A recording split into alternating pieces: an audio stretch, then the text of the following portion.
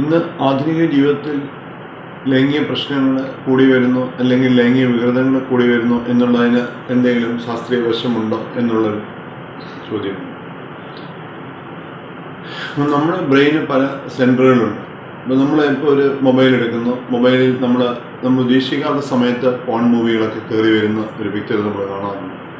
അപ്പോൾ നമ്മളൊരു phone movie കാണുമ്പോൾ നമ്മുടെ ബ്രെയിനിൻ്റെ ആ ആക്റ്റീവ് സെൻറ്റർ, നമ്മുടെ ഇമോഷൻ സെൻറ്റർ ആക്റ്റീവ് ആവുകയാണ്. നമ്മുടെ ആ ഇമോഷൻ സെൻറ്റർ ആക്റ്റീവ് ആകുമ്പോൾ നമുക്ക് പെട്ടെന്ന് ന്യൂറോ ഹോർമോൺസ് റിലീസ് ചെയ്യും. ആ ന്യൂറോ ഹോർമോൺസ് റിലീസ് ചെയ്യുമ്പോൾ നമ്മുടെ ആ സ്ട്രെസ് ശകലം കുറയും. നമ്മളൊരു സ്ട്രെസ്ഡ് അറ്റ്മോസ്ഫിയറിലായിരിക്കും. ഒരു സ്ട്രെസ്ഡ് ആയ ഒരു അറ്റ്മോസ്ഫിയറിലാണ്, ഒരു കുടുംബ പശ്ചാത്തലത്തിൻ്റെ ഒരു സ്ട്രെസ്സിലാണ്, അല്ലെങ്കിൽ ഒരു ജോലിയുടെ പശ്ചാത്തലത്തിലാണ്. സ്ട്രെസ് ഹോർമോൺ റിലീസ് ചെയ്യുന്ന സമയത്താണ് ഈ ഫോൺ കയറി വരുന്നത്. അപ്പോഴാണ് നമുക്കത് കാണുമ്പോൾ ഉണ്ടാകുന്ന ന്യൂറോ ഹോർമോൺസ് കുറച്ച് ഒരു വിഷ്വലാണെങ്കിലും നമുക്കുണ്ടാകുന്ന ഒരു ഡീസ്ട്രെസ്സിങ് ഉണ്ടാകും.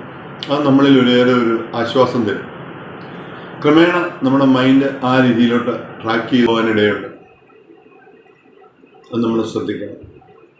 അപ്പം നമ്മുടെ ബ്രെയിനിൻ്റെ ഇമോഷൻ സെൻറ്റർ ആക്റ്റീവ് ആകുമ്പോൾ നമ്മുടെ തോട്ട് സെൻറ്റർ ലെസ് ആക്റ്റീവ് ആവും. നമ്മുടെ തോട്ട് സെൻറ്റർ ലെസ് ആക്റ്റീവ് ആകുമ്പോൾ എന്ത് പറ്റുമെന്ന് ചോദിച്ചാൽ, നമ്മുടെ ശ്രദ്ധ കൊടുക്കേണ്ട കാര്യങ്ങളിലുള്ള ശ്രദ്ധ നമ്മളെ കുറയും. അപ്പം നമ്മുടെ തൊഴിൽ രംഗത്തും നമ്മൾ വളരെ വിജിലൻ്റ് ആയിരിക്കേണ്ട ആക്റ്റീവ് ഏരിയയിലുള്ള ശ്രദ്ധ കുറയും. അപ്പം ഈ ഇമോഷൻ സെൻറ്റർ ആക്റ്റീവ് ആകുമ്പോൾ എന്ത് പറ്റുമെന്ന് ചോദിച്ചാൽ, നമ്മൾ ആ ലെവലിൽ കൂടുതൽ ഇൻവോൾവ് ആകും. അപ്പോൾ ഈ ഇടയ്ക്കിടയ്ക്കുള്ള ഈ യൂട്യൂബ് വിഷ്വലൈസേഷൻ, നമ്മുടെ തൊഴിൽ രംഗത്ത് ഇപ്പം ഒരാൾ ജോലിക്കിടയ്ക്ക് പോയി ഇടയ്ക്കിടയ്ക്ക് ഇങ്ങനെയുള്ള വീഡിയോസ് കണ്ടാൽ അവനത് ഡീസ്ട്രെസ്സിങ് ആണ്. പക്ഷേ തൊഴിൽ രംഗത്തെ അവൻ്റെ ശ്രദ്ധ പറയും. വാട്സപ്പ്, ഫേസ്ബുക്കൊക്കെ ഇടയ്ക്കിടയ്ക്ക് കാണുന്നവർക്ക് ഈ പ്രോബ്ലം ഉണ്ട്. അവർക്ക് ഡീസ്ട്രെസ്സിങ് ആണ്, പക്ഷെ അവരുടെ തൊഴിൽ രംഗത്തെ വിജിലൻസും വർക്കിലെ ശ്രദ്ധയും കുറയും.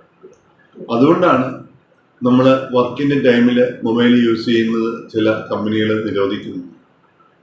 കാരണം അവരുടെ ആ സെൻറ്റർ ഓഫ് വിജിലൻസ്, കൂടുതൽ ശ്രദ്ധ, സൂക്ഷ്മബുദ്ധി വേണ്ട ബ്രെയിൻ ആക്ടിവിറ്റി, നമ്മൾ സെൻറ്ററുകളുടെ പ്രവർത്തനം, ഇങ്ങനെയുള്ള വിഷ്വലൈസേഷൻ കുറയ്ക്കും. അപ്പോൾ ഈ നമ്മുടെ വൈകാരിക തലത്തിലുള്ള ലെവലിലുള്ള ആക്ടിവിറ്റി കൂടുമ്പോൾ നമ്മുടെ സൂക്ഷ്മബുദ്ധി വേണ്ട ബ്രെയിൻ ആക്ടിവിറ്റി കുറയുകയും നമ്മുടെ വർക്കിലെ ശ്രദ്ധ കുറയുകയും ചെയ്യും.